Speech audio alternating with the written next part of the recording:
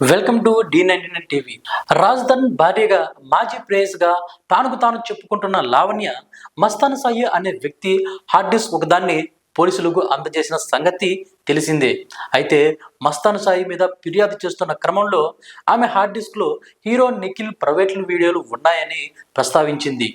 దీంతో ఈ అంశం మీద పెద్ద ఎత్తున చర్చలు జరుగుతున్న నేపథ్యంలో హీరో నిఖిల్ స్పందించాడు.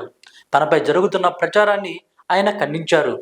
తన ఫ్యామిలీ మెంబర్స్తో ఉన్న వీడియోలను తప్పుగా ప్రొజెక్ట్ చేస్తున్నారని ఆయన అన్నారు. కార్తికేయ 2 సక్సెస్ మీట్ తర్వాత జరిగిన డిన్నర్ పార్టీలోని వీడియోలు అవి. అక్కడ ఉన్నది కూడా మా కుటుంబ సభ్యులే అని ఆయన అన్నారు. వాస్తవం ఏంటి అనేది పోలీసులకు కూడా తెలుసు అంటూ ఆయన చెప్పుకొచ్చారు.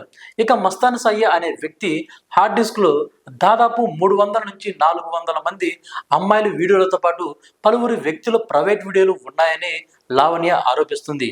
ఈ నేపథ్యంలో హీరో నిఖిల్ ప్రస్తావన కూడా పెద్ద ఎత్తున వచ్చింది. ఇక తాజాగా ఇదే అంశం మీద నిఖిల్ క్లారిటీ ఇచ్చినట్లయింది.